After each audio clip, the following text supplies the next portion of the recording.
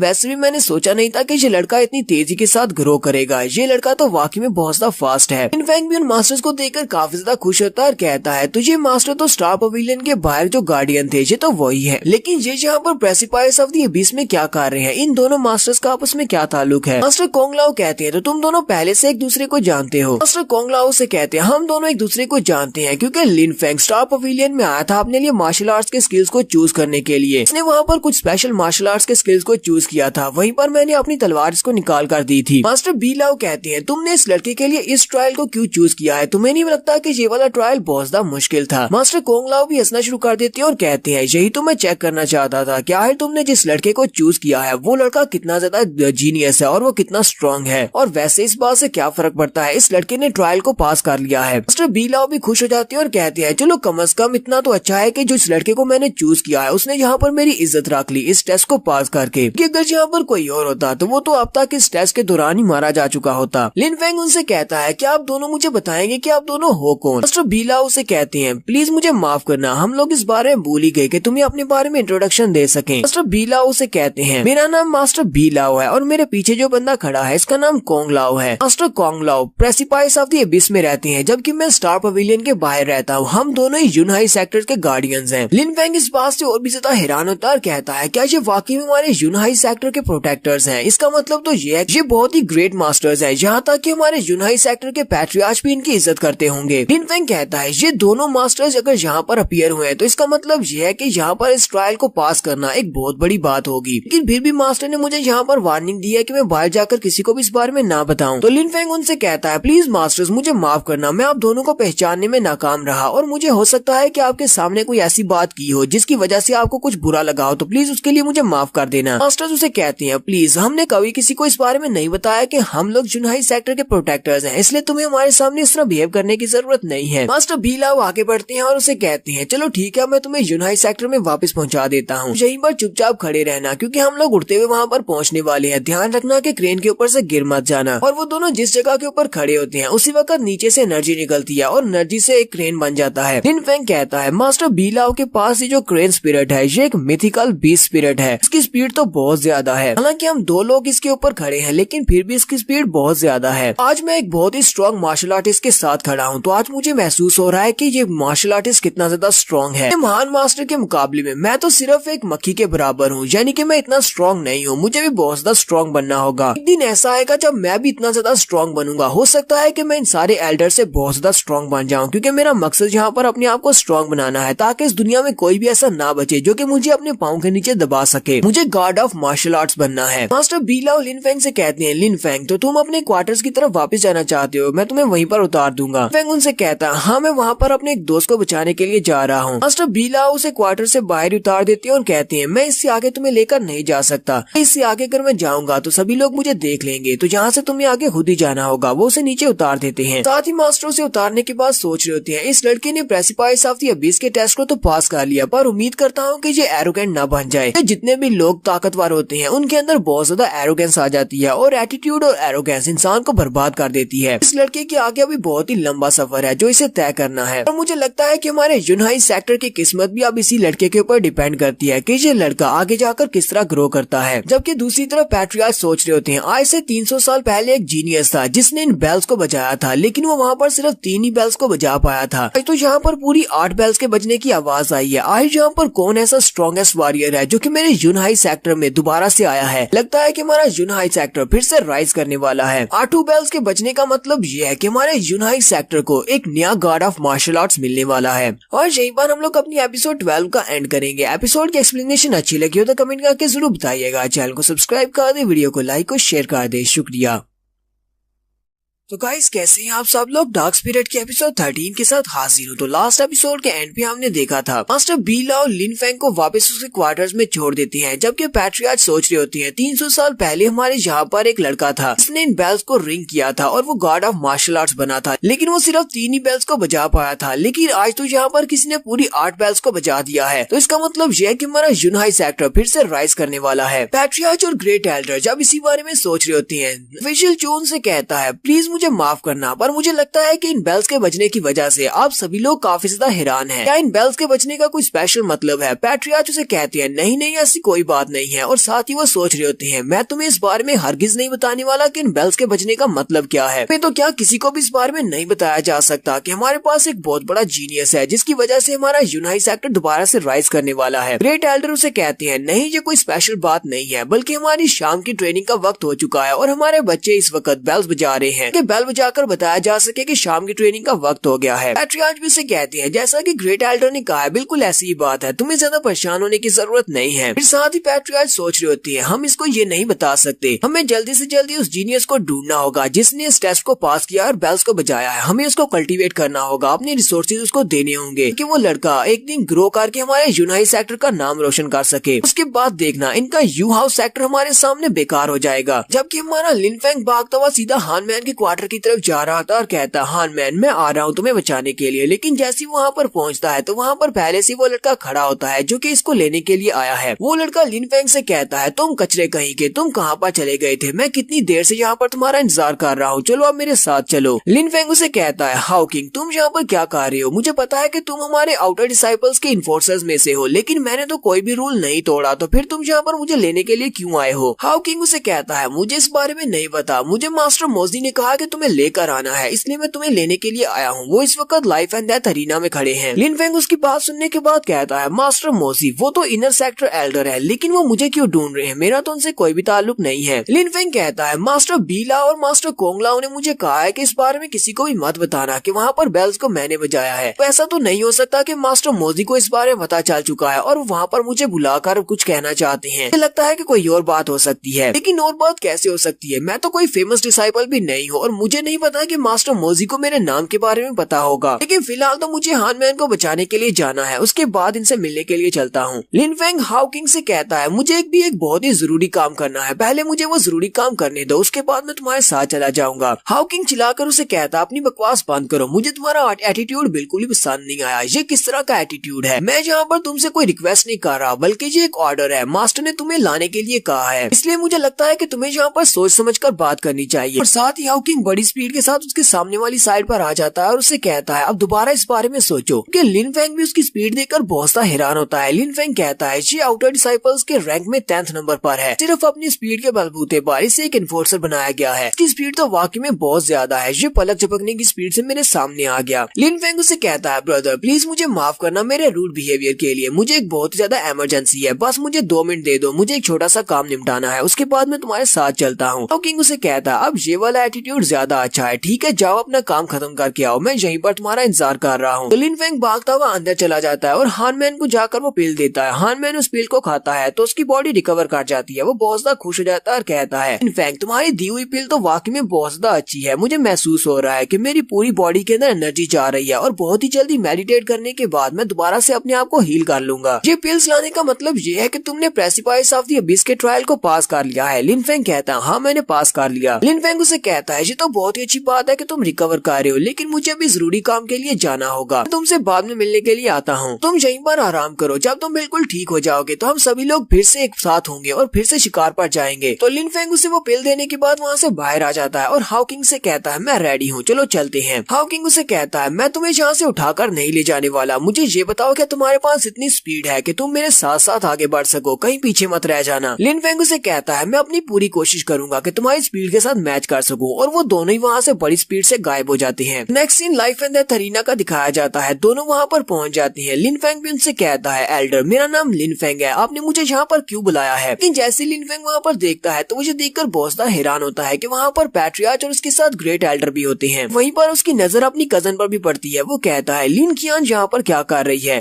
तो हाउजू सेक्टर में है, फिर हाउजू सेक्टर से ये यहाँ पर क्या करने के लिए आई होगी? ऐसा तो नहीं है कि ये यहाँ पर मेरे लिए आई है, क्योंकि मैंने लिन हैंग के ऊपर अटैक किया था और साथ ही इसके फादर की इंसल्ट भी की थी। मास्टर मोजी वहाँ पर अपनी पावर्स को रिलीज करते हुए उसके ऊपर प्रेशर डालते हैं और लिन फेंग से कहते हैं लिन फेंग मैं तुमसे यहाँ पर सिर्फ एक ही बार पूछूंगा, क्या तुम अपने उन क्राइम्स को एडमिट करने को तैयार हो जो भी तुमने क्राइम्स यहाँ पर किए हैं? चलो जल्दी से अपने सारे क्राइम्स को एडमिट करो। मास्टर मोजी की स्ट्रेंथ काफी ज्यादा होती है। लिन फेंग कहता है अचानक से मुझे बहुत ज्यादा किलिंग इंटेंट महसूस हो रहा है, जैसे कि इनका प्रेशर बहुत ज्यादा है। इनर सेक्टर एल्डर तो वाकई में बहुत स्कैरी है। लिन फेंग कहता है ये यहाँ पर अपनी इम्पोजिंग मैन और अपनी विल पावर को रिलीज करते हुए मेरे पर प्रेशर प्रेशर डाल रहे हैं, लेकिन ये अचानक मुझसे ये क्यों पूछ रहे हैं? मैंने तो यहाँ पर कुछ भी गलत नहीं किया। लिन उनसे कहता है, एल्डर मुझे इस बारे में जरा भी समझ नहीं आ रही कि आप किस बारे में बात कर रहे हैं, क्योंकि मैंने तो यहाँ पर किसी भी रूल को नहीं तोड़ा, मैंने सारे रूल्स को फॉलो किया है, मैंने कुछ भी गलत नहीं किया। मास्टर मोजी और भी ज्यादा गुस्सा हो जाते हैं और कहते हैं, तुम्हारी हिम्मत कैसे हुई मेरे सामने अपने आप को इनोसेंट कहने की? क्या तुम अपने सारे किए हुए क्राइम्स को भूल चुके हो? जितने भी क्राइम्स तुमने किए हैं, क्या तुम्हारे अंदर जरा भी गैरत नहीं है? तुम्हारे ऊपर इल्जाम है कि तुमने अपने दूसरे डिसाइपल्स को जख्मी किया, अपने कजन के ऊपर अटैक किया और साथ ही अपने एल्डर्स की डिसरिस्पेक्ट की। इतना काफी नहीं है, हम तुम्हें अपने सेक्टर में नहीं रख सकते। हमारे यूनाइट सेक्टर के लिए ये एक बहुत बड़ी डिसरिस्पेक्ट की बात है। तुमने हमारे सेक्टर का नाम शर्म से डुबो दिया है, इसलिए हम तुम्हें यहाँ से निकाल रहे हैं। तुम्हें जल्दी से जल्दी अपने क्राइम्स को एडमिट करना होगा। लिन फेंग उनकी बात सुनने के बाद कहता है, तो ये लोग यहाँ पर मेरे ऊपर झूठे इल्जाम लगा रहे हैं। मुझे लगता है कि ये सब कुछ लिन कियान की वजह से हो रहा है। लिन कियान ने यहाँ पर आकर इनसे कोई बात की है, क्योंकि यू हाउस सेक्टर इनके सेक्टर से ज्यादा पावरफुल है, इसी वजह से ये लोग उनकी साइड ले रहे हैं। मास्टर मोजी उसे कहती है, तो क्या अब तुम्हें अपनी बात पर पछतावा हो रहा है या नहीं? और अगर तुम्हें पछतावा हो रहा है तो तुम्हारे अंदर इतनी ज्यादा हिम्मत होनी चाहिए कि तुम सभी के सामने अपने क्राइम्स को मान सको। लिन फेंग सोच रहा होता है, ये सब कुछ लिन कियांग का किया धरा है, क्योंकि उसके फादर की इंसल्ट हुई है। मेरे फादर ने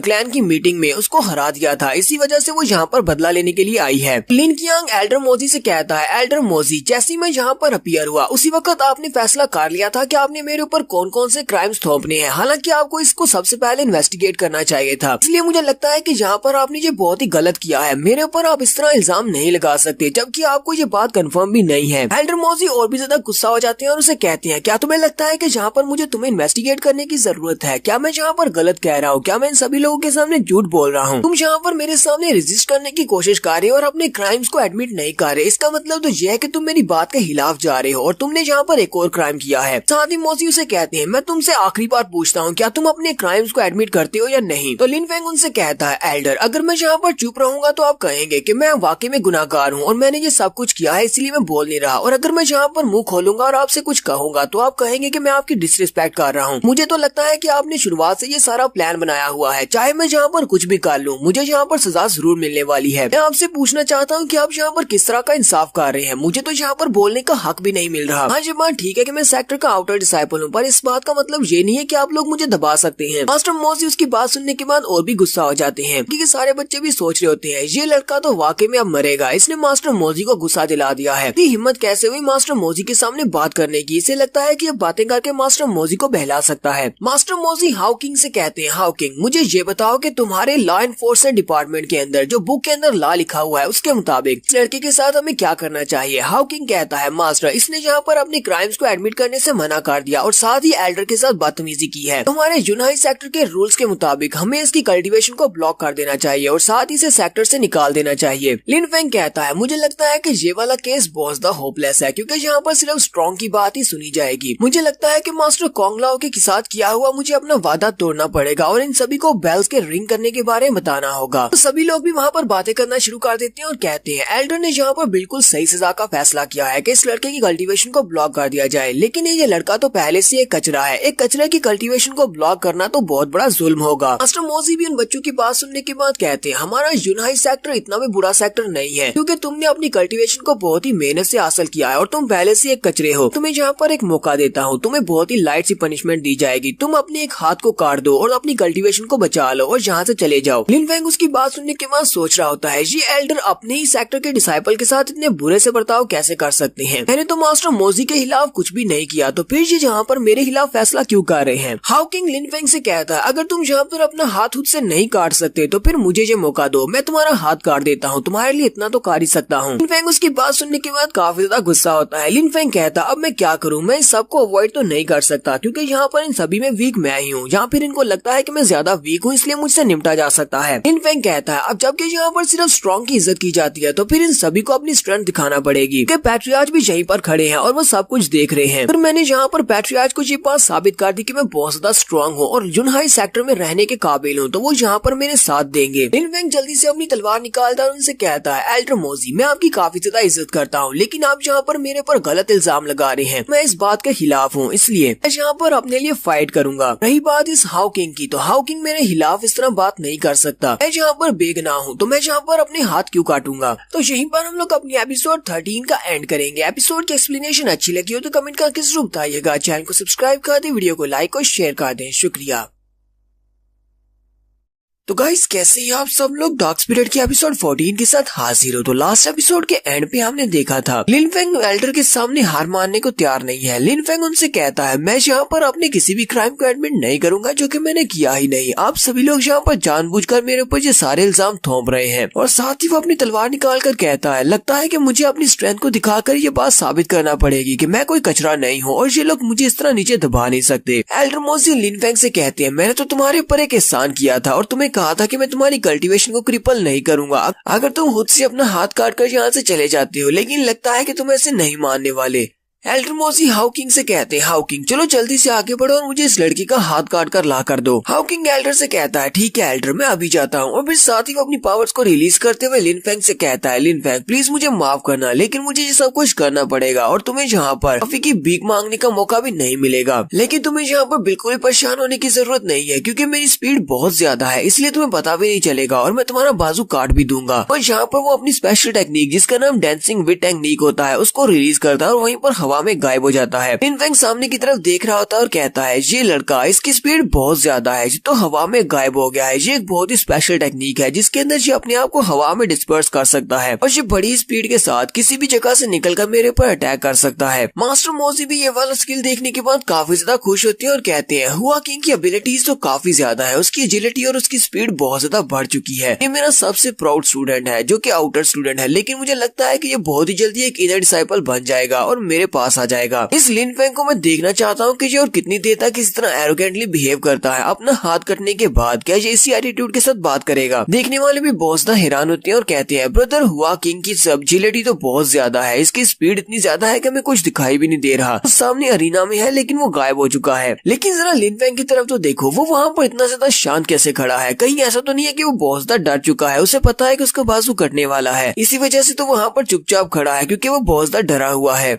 लिन फेंग वहीं पर खड़ा खड़ा सोच रहा होता है। लिन फेंग कहता है अगर मैं अपने फ्लीटिंग शैडो मूव को यूज करूं तो मेरा फ्लीटिंग शैडो मूव इसकी स्पीड से आगे नहीं बढ़ सकता, लेकिन यहाँ पर हर एक मूव के पीछे उसकी फोर्स होती है। मैंने फोर्स को यूज करते हुए बेल्स को बजाया था, मैंने एक नया मूव सीखा है। मुझे यहाँ पर इस आसपास की हवा की फोर्स को महसूस करना होगा जिस हवा के अंदर वो बड़ी स्पीड के साथ इधर उधर घूम रहा है। एक बार मैंने फोर्स ऑफ विंड को देख लिया तो उसके बाद उसके ऊपर अटैक करना बहुत ज्यादा आसान हो जाएगा। जबकि वहीं पर हवा में से ही हुआ किंग उसे कहता है तो जूनियर लिन फेंग तुमने यहाँ पर अपनी आंखें बंद करके अपनी हार मान ली है, इसका मतलब ये है कि तुम्हें पता है कि तुम्हारा हाथ कटने वाला है। लेकिन मैंने तुमसे कहा ना कि तुम्हें ज्यादा परेशान होने की जरूरत नहीं है, तुम्हें पता भी नहीं चलेगा कब मैंने तुम्हारा बाजू काट दिया। एल्डर मोजी सोच रहे होते हैं इस लड़के के लिए ये बात बहुत ज्यादा अच्छी थी कि यहाँ पर अपने आप अपने क्राइम्स को एडमिट कर लेता और फिर अपना हाथ काट कर यहाँ से चला जाता। इस लड़के ने जानबूझकर ये सब कुछ किया है। जबकि पैट्रियार्च सोच रहे होते हैं आखिर ये लड़का इतनी बुरी सिचुएशन में यहाँ पर इतना शांत कैसे रह सकता है। क्या इस लड़के ने वाकई में यहाँ पर गिव अप कर दिया है और ये डर के मारे यहाँ पर चुपचाप खड़ा है या फिर यहाँ पर कुछ सोच रहा है। तो लिन फेंग वहीं पर खड़े खड़े मेडिटेट करते हुए कहता है हर एक चीज का एक वीक पॉइंट जरूर होता है, जितनी ज्यादा फोर्स होगी उतना ज्यादा काउंटर अटैक भी ज्यादा पावरफुल होगा। ठीक है, जितनी फोर्स के साथ कोई मेरे ऊपर अटैक करेगा मैं उस फोर्स को उतनी पावर के साथ आगे से काउंटर अटैक कर सकता हूँ। तो यहीं पर हुआ किंग बड़ी स्पीड के साथ उसके ऊपर अटैक करने के लिए आगे बढ़ता है लिन फेंग का बाजू काटने के लिए। हमारा लिन फेंग भी बड़ी स्पीड के साथ अपनी तलवार को घुमाते हुए आगे गुजर जाता है और यहीं पर दिखाते हैं कि लिन फेंग ने हुआ किंग के बाजू को काट दिया होता है। हुआ किंग बेचारा वहीं पर जोर जोर से चिल्लाना शुरू कर देता है। एल्डर मोजी भी कहते हैं हुआ किंग आइश यहाँ पर हो क्या रहा है, तुम इस कचरे के हाथों से जख्मी कैसे हो सकते हो, इस कचरे ने तुम्हारा हाथ काट दिया, ये कैसे हो गया। जबकि लिन फेंग उनसे कहता है मुझे समझ नहीं आती कि तुम्हारा ये सारा कॉन्फिडेंस आ कहाँ से रहा था जबकि तुम अपने बाजू को भी कटने से नहीं बचा सके। जबकि हुआ किंग उसे कहता है तुम तो बस लकी हो, तुमने अपनी तलवार को घुमाया और मेरा हाथ तुम्हारी तलवार के साथ लगकर कट गया, इसके अलावा कुछ भी नहीं है, तुम मेरी स्पीड के साथ मैच नहीं कर सकते।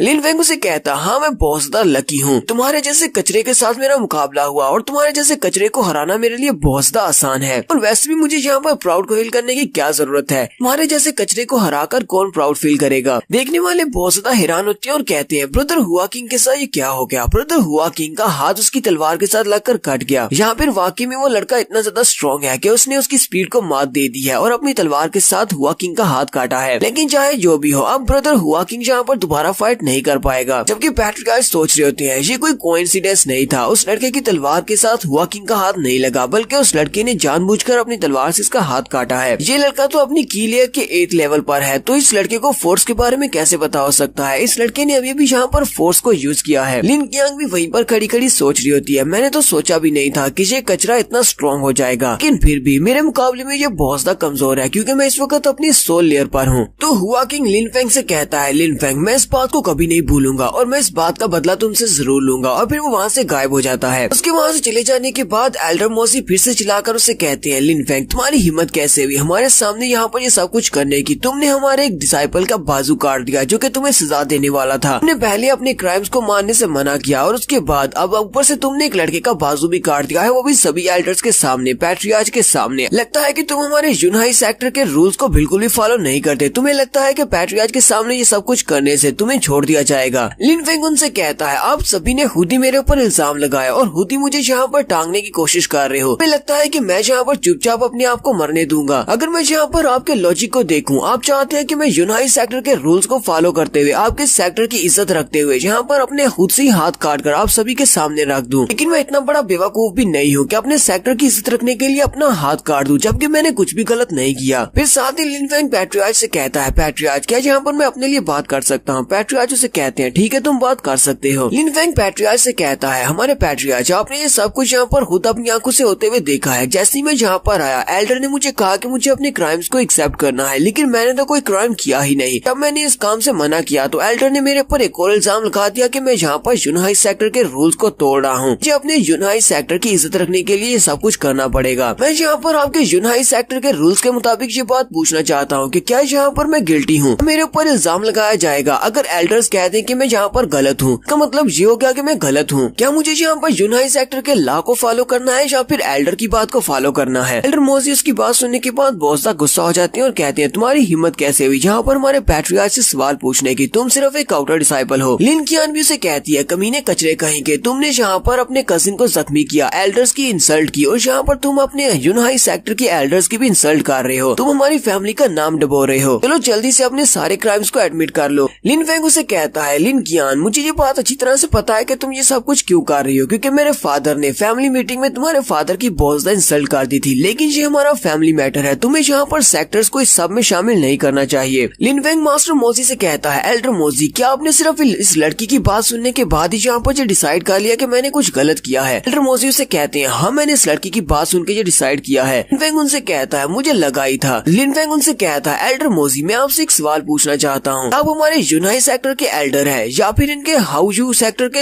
एल्डर है? क्योंकि अगर आप यूनाइट सेक्टर के एल्डर होते तो फिर अपने सेक्टर के लड़के की बात सुनते, आपको मेरी बात सुननी चाहिए थी और मेरी साइड लेनी चाहिए थी। लेकिन आप सिर्फ इस लड़की जो कि दूसरे सेक्टर की है उसकी बात सुनकर मेरे ऊपर इल्जाम लगा रहे हैं। मास्टर मोजी और भी ज्यादा गुस्सा हो जाती है और कहते हैं, लड़के तुम्हारी जुबान तो कुछ ज्यादा ही तेज चलती है, तुमने यहाँ पर सभी लोगों के सामने मेरी भी इंसल्ट कर दी। लिन फेंग एल्डर मोजी से कहता है, एल्डर मोजी हम दोनों ये बात अच्छी तरह से जानते हैं कि ये सब कुछ गलत हो रहा है, आप भी ये बात अच्छी तरह से जानते हैं। तो सिर्फ एक आउटर डिसाइपल को यहाँ पर बलि का बकरा बना रहे हैं, क्योंकि आपको पता है कि आप लोग इनके सेक्टर से जीत नहीं सकते, इनका सेक्टर ज्यादा पावरफुल है। मैं तो सिर्फ एक आउटर डिसाइपल हूँ, मेरा क्या है अगर मुझे बलि का बकरा बना भी दिया जाए। मास्टर मोजी उसकी बात सुनने के बाद उसे कहते हैं, लड़के तुमने बस जितना यहाँ पर कहना था उतना कह लिया, तुम्हारा एटीट्यूड कुछ बहुत ज्यादा बढ़ता जा रहा है। मैं मास्टर मोजी यहाँ पर खुद अपने हाथों के साथ तुम्हारे दोनों हाथों को काटूंगा और तुम्हारी कल्टीवेशन को क्रिपल करके यहाँ से उठाकर तुम्हें बाहर फेंकूंगा। जबकि पैट्रियार्च वहाँ पर खड़े ये सब कुछ देख रहे होते हैं और साथ ही सोच रहे होते हैं। लिन फेंग इतना सब कुछ होने के बाद भी यहाँ पर बहुत ज्यादा शांत खड़ा है, कि उसे अपने ऊपर पूरा भरोसा है। लिन फेंग अगर यहाँ पर ट्राई करता तो ये हमारा कोर डिसाइपल बन सकता था और इसकी कल्टीवेशन फ्यूचर में बहुत ज्यादा बढ़ सकती थी। लेकिन अफसोस अब हम लोग क्या कर सकते हैं, इसने एल्डर मोजी को बहुत ज्यादा गुस्सा दिला दिया है। ये लड़का बहुत ज्यादा यंग है और अपने गुस्से की वजह से ये यहाँ पर अब एल्डर मोजी की वजह से अपनी कल्टीवेशन को ब्लॉक करवा लेगा। मैं यहाँ पर सिर्फ एक आउटर डिसाइपल के लिए अपने यूनाइट सेक्टर के एक एल्डर की इंसल्ट नहीं करवा सकता। अब एल्डर ने ये फैसला किया है तो उनके फैसले को मानना ही पड़ेगा कि एल्डर मोजी की बैकग्राउंड काफी ज्यादा टफ है और पिछले कई सालों से हमारे यूनाइट सेक्टर के एल्डर रहे हैं। जबकि हमारा लिन फेंग सोच रहा होता है कि पैट्रियार्च को भी ये बात अच्छी तरह से पता है, जब भी ये बात अच्छी तरह से पता है कि मैं बहुत ज्यादा एरोगेंटली बिहेव कर रहा हूँ। लेकिन अगर मैं यहाँ पर ये सब कुछ नहीं करूंगा ये लोग तो बड़ी आसानी से मुझे सजा दे देंगे। इस सब की शुरुआत तो लिन कियान की वजह से हुई है, जो कि दूसरे सेक्टर से यहाँ पर चली आई है। अब यहाँ पर देखना ये है कि हमारे पैट्रियार्च क्या फैसला लेते हैं। पैट्रियार्च को एल्डर मोजी की इज्जत की ज्यादा फिक्र है या फिर अपने सेक्टर की इज्जत की ज्यादा फिक्र है। पैट्रियार्च सोच रहे होते हैं कि अब मैं क्या करूं, मैं बहुत ही बुरी सिचुएशन में फंस चुका हूं। ये लड़का एक बहुत ही टैलेंटेड लड़का है, मुझे इस लड़के को बचाना है। लेकिन मैं मास्टर मोजी को भी नहीं रोक सकता, क्योंकि अगर मास्टर मोजी को रोका तो वो नाराज हो जाएंगे और हो सकता है कि हमारे सेक्टर को छोड़कर चले जाएं। मास्टर मोजी अपनी पावर्स को रिलीज करते हुए लिन फेंग के काफी ज्यादा करीब पहुंच जाते हैं ताकि वो जाकर उसके बाजू काट सके और उसे कहते हैं, लड़के अब मैं तुम्हें दिखाता हूँ कि तुम सिर्फ एक कचरे हो और इसके अलावा कुछ भी नहीं हो। तुमने मेरी बात को ना मानकर बहुत बड़ी गलती कर दी है। और यहीं पर हम लोग अपनी एपिसोड 14 का एंड करेंगे। एपिसोड की एक्सप्लेनेशन अच्छी लगी हो तो कमेंट करके जरूर बताइएगा। चैनल को सब्सक्राइब कर दे, वीडियो को लाइक और शेयर कर दे। शुक्रिया। डार्क स्पिरिट की एपिसोड 15 के साथ हाजिर हो। तो लास्ट एपिसोड के एंड पे हमने देखा था एल्डर मोजी अपनी पावर्स को रिलीज करते हुए लिन फेंग के ऊपर अटैक करने के लिए आगे बढ़ते हैं और कहते हैं, अब मैं अपने हाथों के साथ तुम्हारे दोनों बाजू को काटूंगा और तुम्हारी कल्टीवेशन को भी ब्लॉक करूंगा। लिन फेंग जो कि उनके सामने खड़ा होता है। लिन फेंग के ऊपर एल्डर मोजी का बहुत ज्यादा प्रेशर पड़ रहा होता है। लिन फेंग कहता है, मुझे ऐसे लग रहा है जैसे मेरे ऊपर किसी ने कोई पूरे का पूरा पहाड़ रख दिया हो और मैं आगे नहीं बढ़ पा रहा। एल्डर मोजी तो कुछ ज्यादा ही सीरियस है और उनकी पावर तो मेरी इमेजिनेशन से बहुत ज्यादा है। ऊपर से पैट्रियार्च भी कुछ भी नहीं कर रहे। मुझे लगता है कि पैट्रियार्च आगे बढ़कर मुझे नहीं बचाने वाले। अब यहाँ पर मैं क्या कर सकता हूँ, मुझे यहाँ पर क्या करना चाहिए। लेकिन साथ ही लिन फेंग को महसूस होता है कि दोबारा से उसकी बॉडी मूव कर रही है। वो सामने की तरफ देखता है तो एल्डर मोजी उसके बहुत ज्यादा करीब होते हैं, लेकिन वो वहीं पर आकर रुक जाते हैं और डर के मारे वो कांप रहे होते हैं। लिन फेंग कहता है, अब यहाँ पर हो क्या रहा है, एल्डर मोजी को क्या हुआ, ये मेरे इतने करीब आने के बाद रुक क्यों गया और इनके चेहरे के ऊपर इस तरह के एक्सप्रेशन क्यों है, जैसे किसी ने इनके ऊपर बहुत ज्यादा प्रेशर डाल रखा है। मास्टर मोजी भी कहते हैं, कौन है जहाँ पर। वो जल्दी से अपने नीचे की तरफ देखते हैं तो वहाँ पर एक बड़ा सा डार्क शैडो होता है। लिन फेंग भी बहुत ज्यादा हैरान होता है और कहता है, ये बड़ा सा डार्क शैडो क्या है। ये डार्क शैडो की मदद से एल्डर मोजी यहीं पर रुक गए हैं। लगता है किसी का प्रेशर एल्डर मोजी के ऊपर पड़ रहा है। बाकी के सभी मास्टर्स भी ये देखकर बहुत ज्यादा हैरान हो जाते हैं। ग्रेटर एल्डर और उनके साथ पैट्रियार्च भी। वो लोग कहते हैं, तो एक शैडो स्पिरिट है, लेकिन एक शैडो स्पिरिट यहाँ पर क्या कर रही है। देखने वाले बहुत ज्यादा हैरान हो जाते हैं और कहते हैं, तुम लोगों ने देखा एल्डर मोजी के पाँव के नीचे एक बड़ा सा शैडो है, वो एक शैडो स्पिरिट है। शैडो स्पिरिट के बारे में कहा जाता है कि आप लोग इस शैडो स्पिरिट के मास्टर को नहीं देख सकते, सिर्फ आपको शैडो ही दिखाई देता है और वो शैडो बहुत ज्यादा पावरफुल होता है और इस शैडो स्पिरिट की मदद से आप लोग किसी को भी किसी जगह पर भी मार सकते हैं। इसका भी जो शैडो स्पिरिट है वो बहुत ज्यादा पावरफुल होगा। यहाँ तक कि एल्डर मोजी भी डर के मारे कांप रहे हैं। मास्टर मोजी लिन फेंग से कहते हैं, लिन फेंग कमीने कहीं के, तो तुमने जहाँ पर अपने लिए मदद बुलाई हुई है, कौन है यहाँ पर जो तुम्हारा साथ दे रहा है। यहीं पर मास्टर मोजी को आवाज आती है, मोजी जल्दी से पीछे हट जाओ, तुम इस लड़के को हाथ भी नहीं लगा सकते। जबकि हमारा लिन फेंग वो आवाज सुनते ही कहता है, जो तो मास्टर कुंगलाओ की आवाज है। मास्टर कुंगलाओ मोजी से कहते हैं, मोजी अपने सेक्टर को संभालो, तुम यहाँ पर दूसरे सेक्टर वालों के लिए अपने सेक्टर को ह्यूमिलिएट नहीं कर सकते। हमारा सेक्टर बहुत ही जल्दी राइज करने वाला है, हमें किसी भी दूसरे सेक्टर के सामने झुकने की जरूरत नहीं है। पैट्रियार्च भी मास्टर कुंगलाओ की आवाज सुनने के बाद कहते हैं, मास्टर कुंगलाओ प्लीज हमें माफ करना, हमें लगा कि शायद हम लोग उनके सेक्टर से हार जाएंगे, इसी वजह से हम लोग यहाँ पर आउटर डिसाइपल को बलि का बकरा बना रहे थे। ग्रेट एल्डर भी आगे बढ़ते हैं और पैट्रियार्च से कहते हैं, पैट्रियार्च मुझे लगता है कि ये जो भी आवाज है ये आपसे बात कर रही है और आपको कुछ समझा रही है। आप इस आवाज वाले मास्टर को जानते हैं। पैट्रियार्च उसे कहते हैं, हाँ मुझे लगता है कि मैं इस आवाज वाले मास्टर को जानता हूँ। मुझे लगता है कि ये हमारे सेक्टर का कोई हिडन मास्टर है जो कि हमारे सेक्टर का प्रोटेक्टर हो सकता है, हमें इस मास्टर की बात मानना पड़ेगी। पैट्रियार्च मास्टर की बात सुनने के बाद ऑफिशियल चू से कहते हैं, चू जैन मुझे लगता है कि ये बहुत ज्यादा इलॉजिकल है कि तुम्हारी सिर्फ बात करने पर हम लोग अपने किसी आउटर डिसाइपल को तुम्हारे हवाले कर दें। पहले हम लोग इसको इन्वेस्टिगेट करेंगे और अगर इन्वेस्टिगेशन के दौरान ये बात साबित होती है कि लिन फेंग ने यहाँ पर ये सारे क्राइम्स किए हैं, उसके बाद हम लिन फेंग को अपने सेक्टर से निकाल देंगे। इसको एक्सपेल करने के बाद तुम इसके साथ जो चाहे वो कर सकते हो, लेकिन फिलहाल के लिए तुम्हें यहाँ से वापस जाना होगा, तुम इसे नहीं लेकर जा सकते।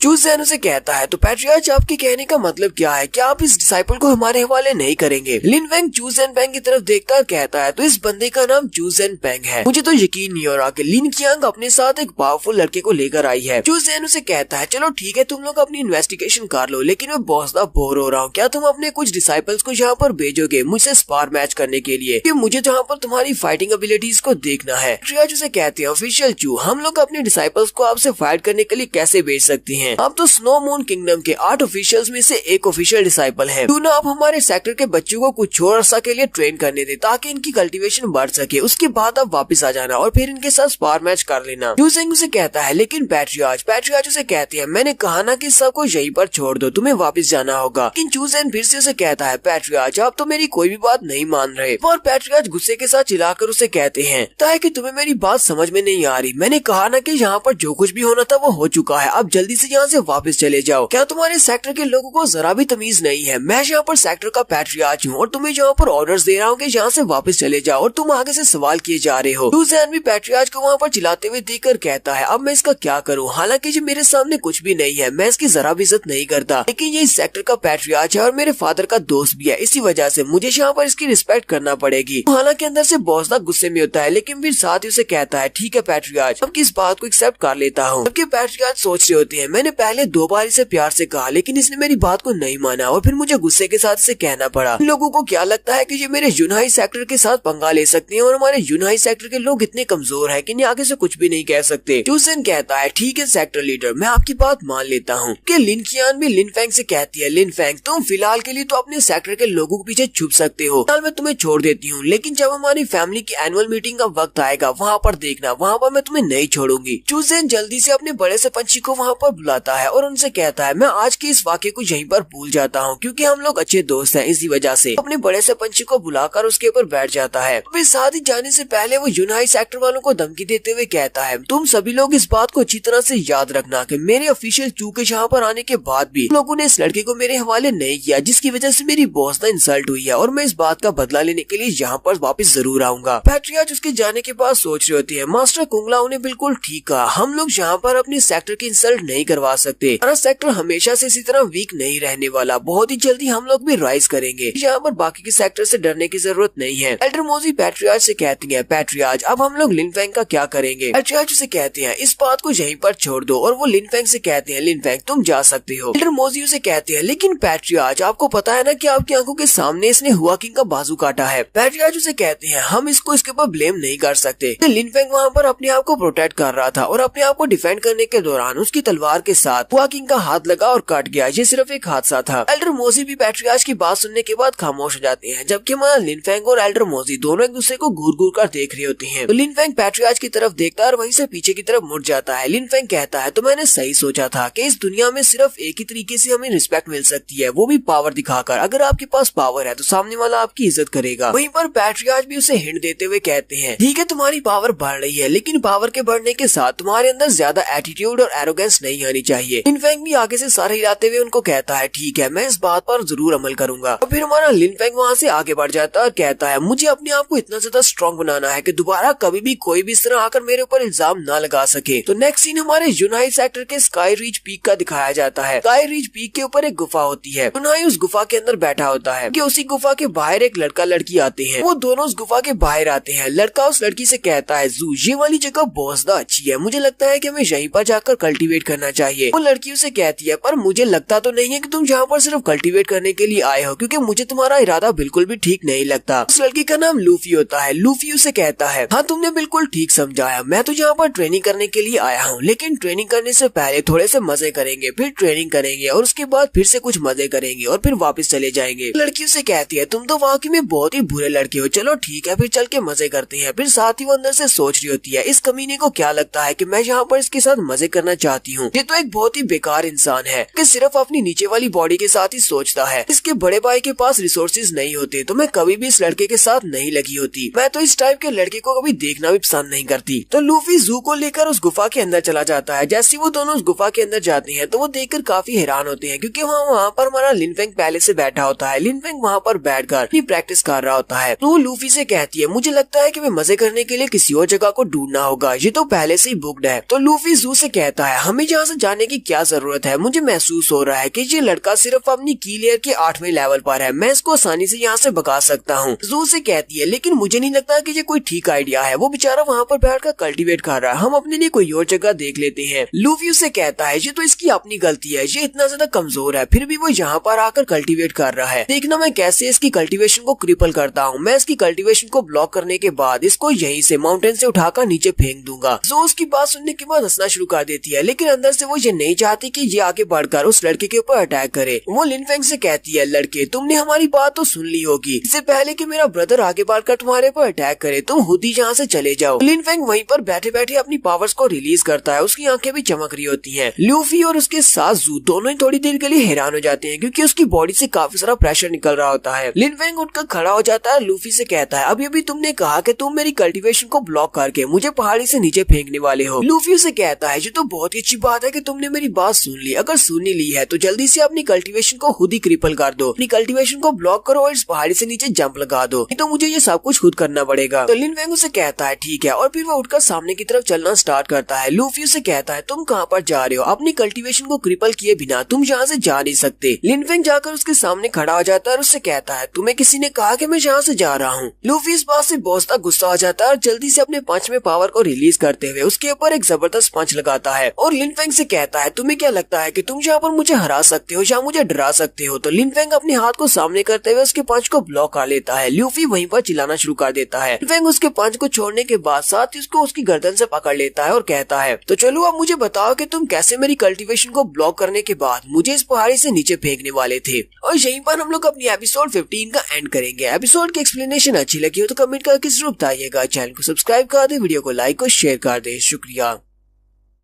तो गाइस कैसे हैं आप सब लोग। डार्क स्पिरिट के एपिसोड 16 के साथ हाजिर हूँ। अगर आप मेरे चैनल पर नए हैं और अभी तक चैनल को सब्सक्राइब नहीं किया हुआ तो जल्दी से चैनल को सब्सक्राइब कर दे, वीडियो को लाइक और शेयर कर दे। शुक्रिया। लास्ट एपिसोड के एंड पे हमने देखा था हमारा लिन फेंग एक गुफा के अंदर बैठा होता है और वहीं पर एक लड़का लड़की मजे करने के लिए आते हैं और जो लड़का होता है वो लिन फेंग को वहाँ पर से भगाना चाहता है। वो उसकी कल्टीवेशन को ब्लॉक करके उसे बाहर फेंकने की बात करता है। तो लिन फेंग उठकर आगे बढ़ता है, उसको गले से पकड़ लेता है और कहता है तो चलो मुझे बताओ कि तुम कैसे मेरी कल्टीवेशन को ब्लॉक करके मुझे पहाड़ी के ऊपर से नीचे फेंकने वाले थे। जबकि वो लड़का बहुत ही जोर जोर से चिल्लाना शुरू कर देता है। लूफी लिन फेंग से कहता है मैं इस बात को मान लेता हूँ कि मैं गलत था, प्लीज मुझे जाने दो। लिन फेंग उसे कहता है क्या तुम्हें लगता है कि सिर्फ इस बात को मान लेने से कि तुम गलत थे तुम्हारे गुनाह को माफ किया जा सकता है। तुमने यहाँ पर बिना किसी वजह के मेरी कल्टीवेशन को ब्लॉक करने की बात की और मेरे ऊपर अटैक करने की बात की। तुम्हें लगता है कि तुम स्ट्रॉन्ग लोग किसी के ऊपर भी अटैक कर सकते हो, जो भी तुमसे वीक है तुम उसको आसानी से मार सकते हो और फिर यहाँ से जा सकते हो। तो लिन फेंग उसकी कल्टीवेशन को वहाँ पर ब्लॉक कर देता है और फिर साथ ही उसको वहीं पर फेंक देता है और उस लड़की से कहता है इसको लेकर यहाँ से दफा हो जाओ, दोबारा मेरे सामने कभी मत आना। जबकि लूफी वहाँ पर गिरने के बाद लिन फेंग से कहता है तुम्हारी हिम्मत कैसे हुई मेरी कल्टीवेशन को ब्लॉक करने की, अब देखना तुम्हारे साथ क्या होगा। वो जू के साथ सहारा लेते हुए उस गुफा से बाहर की तरफ जाना शुरू करता है और उससे कहता है यहीं पर इंतजार करना, मैं बहुत ही जल्दी अपने भाई को लेकर यहाँ पर आऊंगा। और लूफी जू के साथ वहाँ से चला जाता है। जबकि हमारा लिन फेंग फिर से वहीं पर जाकर बैठ जाता है और दोबारा से अपनी कल्टीवेशन करना स्टार्ट करता है। इतनी देर के बाद वहाँ पर वो फिर से आ जाते हैं। लिन फेंग सामने की तरफ देखता और कहता है लगता है कि तुम फिर से मार खाने के लिए चले आए हो। तो इस बार वो अपने बड़े भाई को अपने साथ लेकर आया होता है। उसका बड़ा भाई अपने सोल लेयर पर है, अपनी सोल की लेयर के फर्स्ट लेवल पर है, जबकि हमारा लिन फेंग ये अपनी की लेयर के 8वें लेवल पर है। लूफी अपने भाई से कहता है ब्रदर यही वो लड़का है, इसने मेरी कल्टीवेशन को ब्लॉक किया है और साथ ही मेरा बाजू तोड़ दिया, प्लीज इससे मेरा बदला लो। फिर साथ ही वो उसे कहता है नहीं सिर्फ इससे बदला नहीं लेना बल्कि इसको यहाँ पर इतना मजबूर करो कि ये मेरे सामने घुटने टेक कर माफी की भीख मांगे, इसके बाद हम इसको मारेंगे। तो उसका भाई उसे कहता है तुम्हें परेशान होने की जरूरत नहीं है, पहले मैं इसकी कल्टीवेशन को क्रिपल करूंगा, उसके बाद इसके दोनों बाजू तोड़ूंगा, फिर तुम इसके साथ जो चाहे वो कर लेना। लिन फेंग उसकी तरफ देखकर सोच रहा होता है इस बंदे की स्ट्रेंथ बहुत ज्यादा है, लगता है कि हुआ किंग से भी इसकी स्ट्रेंथ ज्यादा है जिसका मैंने हाथ काटा था। इसके साथ डील करना काफी ज्यादा मुश्किल हो सकता है। मुझे लगता है कि इसके ऊपर पहले अटैक करना चाहिए, अगर यहाँ पर इसके अटैक करने का इंतजार करता रहा तो काफी देर हो जाएगी। तो हमारा लिन फेंग बड़ी स्पीड के साथ उसके ऊपर अटैक करने के लिए आगे बढ़ता है। लिन फेंग अपनी 9 हैवी वेव्स टेक्निक को यूज करते हुए सामने की तरफ अपनी पाम को करते हुए उसके ऊपर अटैक करता है, लेकिन वो भी बड़ी स्पीड के साथ अपने पंच को सामने करते हुए लिन फेंग के अटैक को ब्लॉक करता है। यहाँ पर एक जबरदस्त एनर्जी निकलती है और लिन फेंग का हाथ भी जख्मी हो जाता है और उसके ग्लव्स भी फट जाते हैं। लिन फेंग कहता है तुमने मेरी 9 हैवी वेव्स टेक्निक को ब्लॉक कर लिया और उसके साथ मेरा हाथ भी जख्मी हो गया,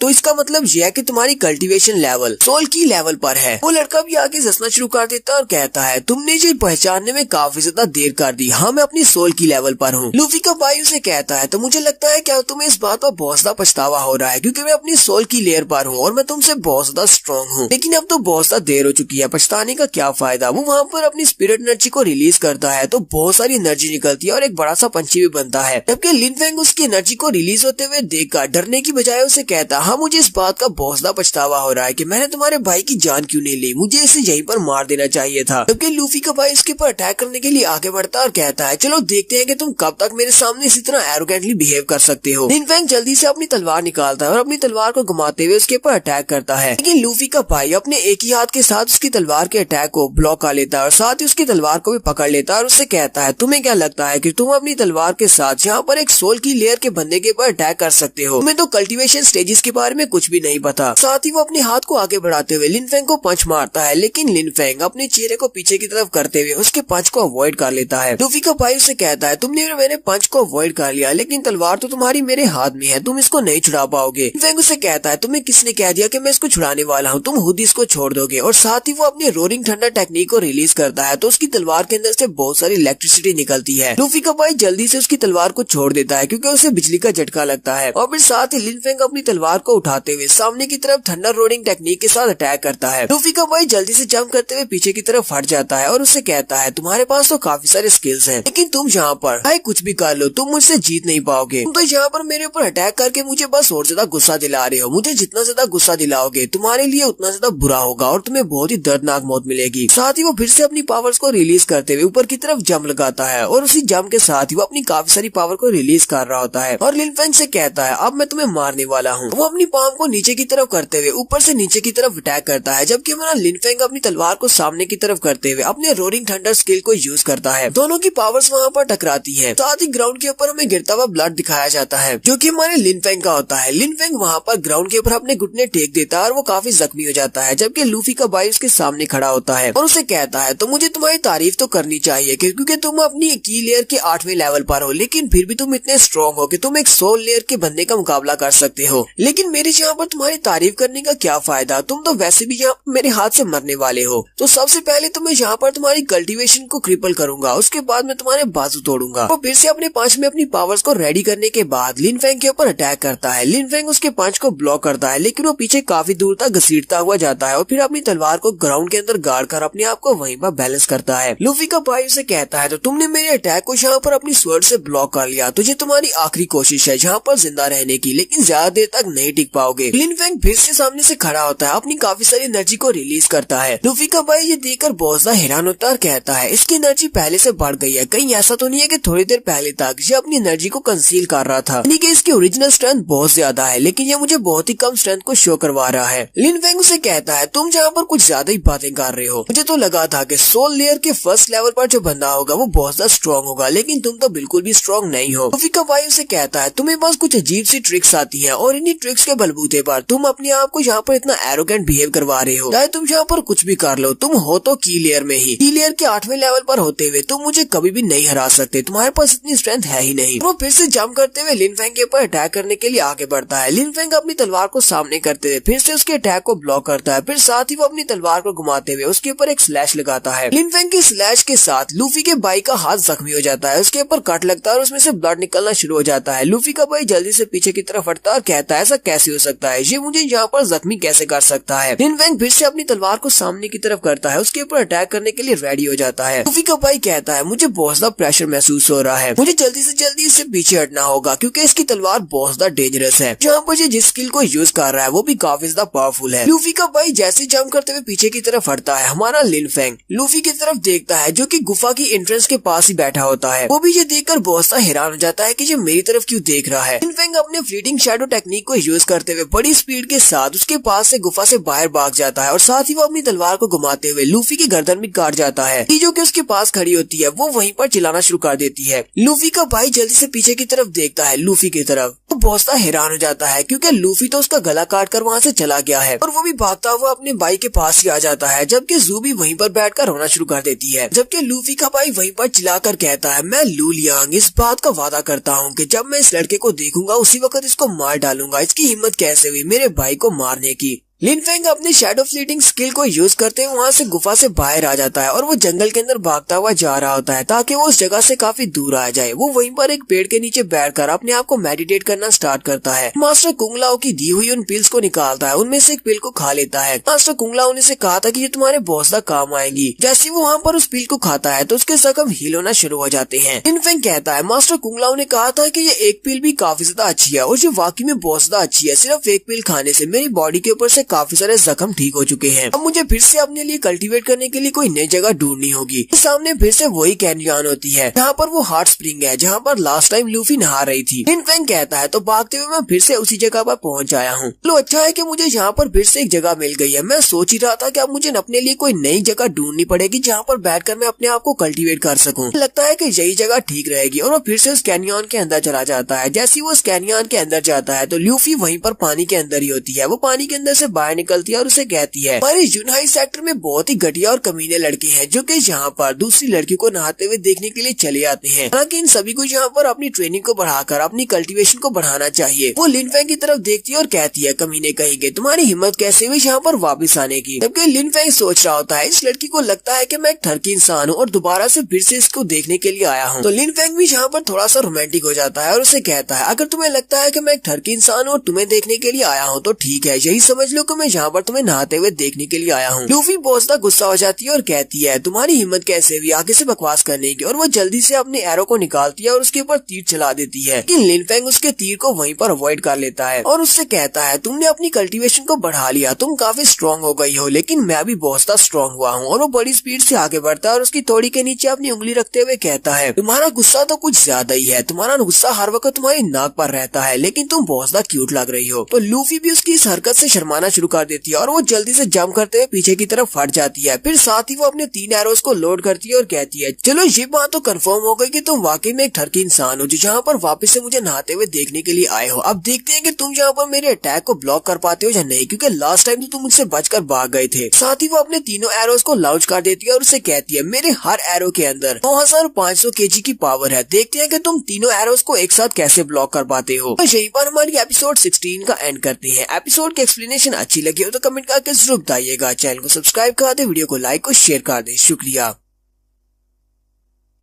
डार्क स्पिरिट की एपिसोड 17 के साथ हाजिर हूँ। तो लास्ट एपिसोड के एंड पे हमने देखा था हमारा हीरो फिर से उसी कैनियन में चला जाता है। वहाँ पर जाकर वो प्रैक्टिस करने वाला है जहाँ पर वो हार्ट पूल था, लेकिन वहाँ पर ल्यूफी पहले से मौजूद होती है। वो पानी के अंदर नहा रही होती है क्योंकि वो इसी पानी के अंदर आकर अपने आप को कल्टीवेट करती है। लिन फैंग जब वहाँ पर पहुँचता है तो वो फिर से अपने एरोस के साथ उसके ऊपर अटैक कर देती है। वो अपने एरोस को लोड करती है और उसे कहती है मेरे हर एक एरो के अंदर 9500 किलोग्राम की पावर है, चलो देखते हैं कि तुम इन तीनों एरोस से कैसे बच पाते हो। जैसे वो अपने एरोस को लोड करने के बाद उसके ऊपर रिलीज करती है, लिन फैंग अपनी तलवार को सामने की तरफ करते उसके तीनों एरोस को वहीं पर डिस्पर्स कर देता है। ल्यूफी भी इस बात से बहुत ज्यादा हैरान हो जाती है, जाहिर ऐसा कैसे हो सकता है, इस लड़के ने अपनी तलवार के साथ ही मेरे तीनों एरोस को ब्लॉक कर दिया। तो लिन फैंग उसके एरोस को ब्लॉक करने के बाद फ्लीटिंग शैडो टेक्निक को यूज करते हुए बड़ी स्पीड से उसके पीछे वाली साइड पर आकर खड़ा हो जाता है और अपनी तलवार को उसकी गर्दन में रखते हुए कहता है तुम सभी जीनियस एक जैसी होती हो, तुम्हें लगता है कि हम लोग जो वीक हैं वो बहुत ज्यादा बुरे हैं और बहुत ज्यादा कमजोर हैं। ठीक है कि मैं इस बात को मान लेता हूँ कि मैं तुमसे वीक हूँ और तुम इस वक्त अपनी की लेयर के 9th लेवल पर हो, लेकिन इसका मतलब ये नहीं है कि हमारी कोई इज्जत नहीं है। तुम लोग जब चाहे हमारे ऊपर इल्जाम लगा सकते हो, जब चाहे तुम लोग हमारे ऊपर अटैक कर सकते हो। फिर साथ ही ल्यूफी शर्माते हुए उससे कहती है तुम मेरे साथ क्या करने वाले हो। लिन फैंग उसे कहता है तुम्हें अपने आप को कुछ ज्यादा सीरियस लेने की जरूरत नहीं है, तुम इतनी भी खूबसूरत नहीं हो, मुझे तुम में जरा भी इंटरेस्ट नहीं है, इसलिए जाओ दफा हो जाओ, मैं यहीं पर बैठकर कल्टीवेट करने वाला हूँ। जब तुम्हारी स्ट्रेंथ मुझसे बढ़ जाए तब आ जाना, हम लोग फिर से फाइट कर लेंगे। साथ ही लिन फैंग वहीं पर एक गुफा के अंदर चला जाता है, जबकि ल्यूफी इस बात से और भी ज्यादा गुस्सा हो जाती है और कहती है इस लड़के की हिम्मत कैसे हुई जिसकी कल्टीवेशन मुझसे भी कम है और ये यहाँ पर मुझे कह रहा है कि मुझे सीरियसली लेने की जरूरत नहीं है। ल्यूफी से कहती है तो तुम यहीं पर मेरा इंतजार करना, मैं एक दिन तुमसे ज्यादा स्ट्रॉन्ग होकर फिर तुम्हें हराऊंगी। और फिर साथ ही वो फिर से पानी के अंदर जंप लगा देती है। वो पानी के अंदर जाकर दोबारा से अपनी कल्टीवेशन को बढ़ाने की कोशिश कर रही है, जबकि हमारा लिन फैंग वहीं पर उसी एक गुफा के अंदर चला जाता है और कहता है ये गुफा तो काफी ज्यादा अच्छी है, यहाँ पर करिश्मा काफी ज्यादा है, इसी वजह से मुझे लगता है कि ल्यूफी ने इस जगह को अपनी कल्टीवेशन के लिए चूज किया है, वो यहीं पर आकर ट्रेनिंग करती है। चलो ठीक है, अब मैं भी यहीं पर बैठकर कल्टीवेट करता हूँ। तो नेक्स्ट सीन 20 दिन के बाद का दिखाया जाता है। 20 दिन के बाद हमारा लिन फैंग अभी वहीं पर बैठा होता है और अपनी डार्क स्पिरिट को कल्टीवेट कर रहा होता है। 20 दिन तक वहाँ पर बैठकर कल्टीवेट करने के बाद लिन फैंग अपने आप को लेवल अप कर लेता है। लिन फैंग अपनी पावर्स को रिलीज करता है और कहता है ये तो बहुत ज्यादा अमेजिंग है, मुझे महसूस हो रहा है कि मेरी पावर पहले से बढ़ गई है। जब हम लोग अपनी के लेयर के 9th लेवल पर पहुँचते हैं तो ऐसा महसूस होता है। लिन फेंग कहता है तो जब तक मेरा सामना किसी सोल लेयर के फर्स्ट लेवल के बंदे के साथ नहीं होता तब तक मैं बिल्कुल ठीक हूँ, क्योंकि मैं 9th लेवल और इससे लोअर के लेवल के लोगों को आसानी से मार सकता हूँ। और फिर वो गुफा के अंदर से बाहर निकलता है, जबकि ल्यूफी वहाँ पर अभी भी अपने तीरों को यूज करते हुए अपनी स्ट्रेंथ को बढ़ा रही होती है।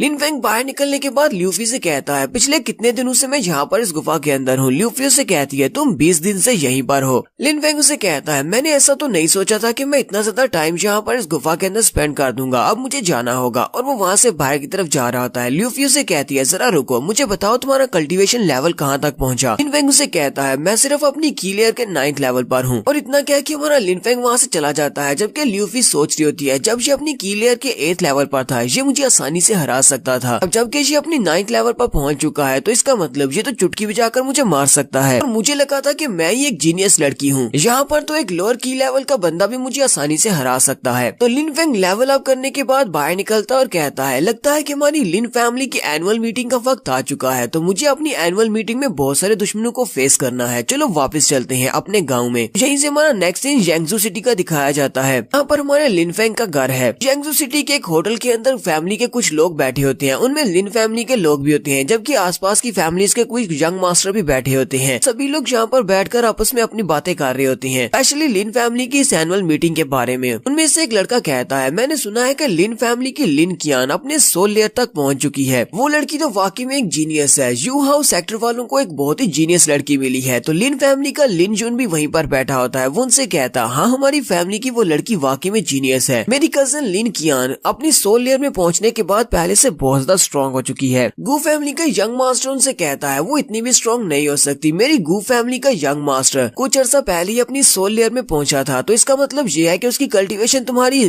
कजिन से ज्यादा है और वो उससे ज्यादा स्ट्रॉन्ग है। तीसरा लड़का उनसे कहता है इस बात से फर्क नहीं पड़ता कि तुम लोग कब अपनी सोल लेयर में एंटर होते हो, तो डिपेंड करता है कि तुम्हारे पास कितनी ज्यादा कल्टीवेशन और तुम्हारी स्ट्रेंथ कितनी है। मुझे लगता है कि लिन कियान ज्यादा स्ट्रॉन्ग है और लिन कियान के साथ हमारे सिटी की सिटी प्रिंसेस जिसका नाम ना लैन फेंग है सिर्फ वही उससे फाइट कर सकती है, क्योंकि वो भी अपनी सोल लेयर पर है। तो वहीं पर उनके साथ एक लड़की बैठी होती है। वो उनसे कहती है आप बस भी करो, तुम सभी लोग यहाँ पर कौन सी बातें लेकर बैठ गए हो, ये बहुत ज्यादा बोरिंग है। क्या तुमने मुझे यहाँ पर सिर्फ इन बोरिंग बातों के लिए बुलाया है या फिर तुम्हारे पास कोई काम की बात भी है। उनमें से एक लड़का कहता है नहीं मेरे पास एक बहुत ही इंपॉर्टेंट न्यूज है, मैंने यहाँ पर तुम्हें ये खबर देने के लिए स्पेशली बुलाया है। यहाँ पर बेकार बातें नहीं करते, चलो मैं तुम्हें बताता हूँ। पर लिन फैमिली की मीटिंग में सिटी के गवर्नर्स ने डिसाइड किया है कि इस बार एक टूर्नामेंट होने वाला है। ये वाला टूर्नामेंट फ्री टूर्नामेंट होगा जिसमें ना सिर्फ लिन फैमिली बल्कि आसपास की बाकी की सारी बड़ी फैमिलीज के बच्चे भी हिस्सा ले सकते हैं। तो भी इस टूर्नामेंट में जीतेगा उसे अच्छा रिवार्ड मिलेगा। वो उस लड़की से कहता है क्यों लैन, तो क्या तुम समझ रही हो कि मेरी इस बात का क्या मतलब है, यानी कि अगर तुम चाहो तो तुम भी इस कंपटीशन में हिस्सा ले सकती हो। बाकी के लड़के उसे कहते हैं ये तो बहुत ही अमेजिंग बात है, इसका मतलब हम इस कंपटीशन में किसी के साथ भी स्पार मैच कर सकते हैं। इसके साथ ही वो यहाँ पर लिन फेंग की बात करता है। वो कहता है मैंने सुना है कि लिन फैमिली का वो कचरा जिसका नाम लिन फेंग है वो भी काफी हद तक इम्प्रूव हो चुका है। पिछली बार की फैमिली मीटिंग में उसने लिन जुन को अटैक किया था और उसके बाद उसने लिन हैंग के ऊपर अटैक करके उसकी कल्टीवेशन को ब्लॉक कर दिया। लगता है कि उसकी कल्टीवेशन भी पहले से बढ़ चुकी है। लिन जुन उसे कहता है गूसोंग ये तुम किस तरह की बात कर रहे हो, मेरी लिन फैमिली में बहुत सारे ऐसे टैलेंटेड बच्चे हैं जिनको हम लोग कंपटीशन में भेज सकते हैं। हम इस तरह के कचरे को कंपटीशन में क्यों भेजेंगे और अपनी फैमिली का नाम क्यों खराब करवाएंगे। गूसोंग उसे कहता है मुझे लगता है कि तुम्हें यहाँ पर अपने यंग मास्टर को इस तरह नहीं कहना चाहिए, हालांकि वो तुम्हारा है तो यंग मास्टर ही क्योंकि वो फैमिली हेड का बेटा है, तुम उसे यहाँ पर कचरा कैसे कह सकते हो। लिन जुन उसे कहता है एक कचरा तो हमेशा कचरा ही रहता है और सभी लोग ये बात अच्छी तरह से जानते हैं कि वो कचरे से ज्यादा कुछ भी नहीं है। उसी वक्त उन्हें बाहर से आवाज आती है। गली में से कुछ लोग कह रहे होते हैं ये यंग लड़का कौन है, लगता है किसी बड़ी फैमिली का यंग मास्टर है। जरा इसकी चाल तो देखो, जरा इसका क्रिज्मा तो देखो, इसकी बॉडी से कितना ज्यादा प्रेशर निकल रहा है। लड़का तो काफी ज्यादा स्ट्रॉन्ग लगता है। तो लिन फेंग अपने घोड़े पर बैठकर अपने सिटी में वापस आ जाता है। लिन फेंग कहता है तो फाइनली मैं यहाँ पर वापस आ ही गया। तो वो उसी गली में से गुजर कर जा रहा होता है कि उसी वक्त वो लड़के ऊपर से खिड़की खोलकर उसको आवाज देते हैं और कहते हैं हे लिन फेंग तुम भी यहाँ पर हमारे साथ क्यों नहीं आ जाते, हम सभी लोग यहाँ पर फैमिलीज की मीटिंग कर रहे हैं, तुम भी यहाँ पर ऊपर हमारे साथ आ जाओ, हम लोग एक एक ड्रिंक पीते हैं। लिन जुन उसे देखकर काफी ज्यादा गुस्सा होता है, जबकि लिन फेंग देखता है कि लिन जुन भी यहीं पर है। वो कहता है अच्छा ठीक है मैं वहाँ पर आ रहा हूँ, मेरे लिए सीट रखना। जबकि लिन जुन उसे कहता है लिन फेंग मुझे नहीं लगता कि तुम्हें यहाँ पर आना चाहिए, तुम घर वापस चले जाओ, ये जगह तुम्हारे लिए नहीं है इसलिए यहाँ मत आओ। हमारा लिन फेंग चिल्लाकर उसे कहता है अपनी बकवास बंद करो, तुम फैमिली के यंग मास्टर को नहीं बता सकते कि उसे कहाँ पर जाना है और कौन सी जगह पर जाना है, इसलिए चुप रहो। जबकि गूसोंग उसे इशारा करते हुए कहता है लिन फेंग तुम तो वाकई में फैमिली के यंग मास्टर हो, तुमने इसको बता दिया है कि तुम्हारी वैल्यू इससे ज्यादा है, ठीक है अब जल्दी से यहाँ पर आ जाओ। लिन फेंग अपने घोड़े को वहीं पर पार्क करता है और जल्दी से होटल के सेकंड रूम फ्लोर पर चला जाता है। लिन जुन कहता है तो हमारी फैमिली का कचरा तो वाकई में यहाँ पर आ गया, अब देखो जरा इसके साथ क्या होने वाला है। गुसोंग उसे कहता है लिन जू तुम्हें इस तरह बिहेव नहीं करना चाहिए, चाहे वो एक कचरा ही क्यों ना हो, लेकिन वो अभी भी तुम्हारी फैमिली का यंग मास्टर है, तुम्हें उसकी रिस्पेक्ट करनी चाहिए। लिन फेंग वहाँ पर आता है और उनके पास आकर खड़ा हो जाता है। वहाँ पर एक लड़का बैठा होता है, वो उसे कहता है क्या मैं यहाँ पर तुम्हारे साथ बैठ सकता हूँ, लेकिन वो लड़का गुस्से के साथ उसे कहता है नहीं तुम यहाँ पर नहीं बैठ सकते। लिन फेंग उस लड़के से कहता है तुम्हारी इस बात का मतलब क्या है कि मैं यहाँ पर नहीं बैठ सकता। गुसोंग आगे से हंसना शुरू कर देता है और उसे कहता है लिन फेंग तुम तो बेचारे बोझदा बोले हो, क्या तुम्हें अभी तक इस बात की समझ नहीं आई? मैंने तुम्हें यहाँ पर जानबूझकर इसीलिए बुलाया था कि हम लोग यहाँ पर तुम्हारी इंसल्ट कर सके, हम लोग तुम्हें यहाँ पर नहीं बैठने देंगे, तुम्हारे जैसे कचरे की हमारे साथ जगह नहीं है। लिन फेंग उसे कहता है तो तुम यहाँ पर सिर्फ मेरा मजाक उड़ा रहे हो, चलो ठीक है लेकिन तुम्हें इसके कॉन्सिक्वेंसेस तो खुद ही भुगतने पड़ेंगे। गुसोंग उसे कहता है तो तुम मेरा क्या उखाड़ लोगे। लिन फेंग वहीं पर से ग्लास उठाता है जिसके अंदर वाइन होती है, वो उसे सर के ऊपर डाल देता है। गुसोंग इस बात से चिल्लाना शुरू कर देता है और गुस्से के साथ उसे कहता है तुम्हारी हिम्मत कैसे हुई मेरे सर के ऊपर वाइन का ग्लास डालने की। उसी वक्त वहाँ से एक और वेटर गुजर रहा होता है जिसने अपनी ट्रे के ऊपर वाइन के एक जार को रखा होता है, तो लिन फेंग उस जार को पकड़ता है और वो वाला जार भी गुसोंग के सर के ऊपर उलट देता है और उसे कहता है तुमने पहले कहा कि मेरी हिम्मत कैसे हुई तुम्हारे ऊपर एक ग्लास डालने की, लो अब मैंने पूरे का पूरा जग ही तुम्हारे ऊपर डाल दिया, अब उखाड़ लो मेरा जो उखाड़ना है। तो गुसोंग इतनी ज्यादा इंसल्ट होने के बाद काफी ज्यादा गुस्सा हो जाता है और वो लिन फेंग को पंच मारने के लिए आगे बढ़ता है। वो लिन फेंग को एक जबरदस्त पंच मारता है, लेकिन लिन फेंग अपने एक ही हाथ के साथ उसके पंच को ब्लॉक कर लेता है और उसके पंच को ब्लॉक करने के बाद उसे कहता है तुम तो बिल्कुल एक कचरा हो और इससे ज्यादा कुछ भी नहीं, और साथ ही वो सिर्फ एक ही हाथ को झटका देते हुए उसे खिड़की से बाहर फेंक देता है। तो हमारे लिन फेंग ने गुसोंग को सेकंड फ्लोर से नीचे फेंक दिया है। बाकी के सभी लोग बहुत ज्यादा हैरान हो जाते हैं और उन सभी के मुंह खुले के खुले रह जाते हैं कि लिन फेंग जिसे हम लोग लिन फैमिली का कचरा समझते हैं वो तो बहुत ज्यादा स्ट्रॉन्ग है, उसने गुसोंग को सिर्फ एक ही हाथ के साथ सेकंड फ्लोर से नीचे फेंक दिया, जबकि गुसोंग अपनी की लेयर के 8th लेवल पर है। तो गुसोंग को बाहर फेंकने के बाद लिन फेंग आगे बढ़ता है और लिन जुन से कहता है तो थोड़ी देर पहले तुम यहाँ पर क्या कह रहे थे कि मैं लिन फैमिली का क्या हूँ। लिन जुन भी बेचारा बहुत ज्यादा घबरा जाता है और उसे कुछ कहने लगता है। उसी वक्त हमारा लिन फेंग उसके चेहरे पर एक जबरदस्त थप्पड़ मारता है। लिन जुन वहीं पर नीचे गिर जाता है और अपने मुंह पे हाथ रखकर कहता है यंग मास्टर प्लीज मुझे माफ कर दो। लिन फेंग उसे कहता है आज के बाद पब्लिक में अपने मुंह को संभाल कर यूज करना, मैं तुम्हारी फैमिली का यंग मास्टर हूँ और तुम्हें हर हाल में मेरी रिस्पेक्ट करनी है, तुम्हें इस बात की समझ आई या नहीं। फिर साथ ही वो तीसरे वाले लड़के की तरफ आगे बढ़ता है जिसने उसे बैठने के लिए जगह नहीं दी थी। वो उसको देखकर बहुत सा घबरा जाता है और उसे कहता है मेरे करीब मत आना, और वो डर के मारे चिल्लाना शुरू कर देता है। लिन फेंग कहता है तुम सभी लोग कचरे से ज्यादा कुछ भी नहीं हो, और वो होटल से बाहर आ जाता है। और यहीं पर हम लोग अपनी एपिसोड 17 का एंड करेंगे। एपिसोड की एक्सप्लेनेशन अच्छी लगी हो तो कमेंट करके जरूर बताइएगा। चैनल को सब्सक्राइब कर दे, वीडियो को लाइक और शेयर कर दे। शुक्रिया।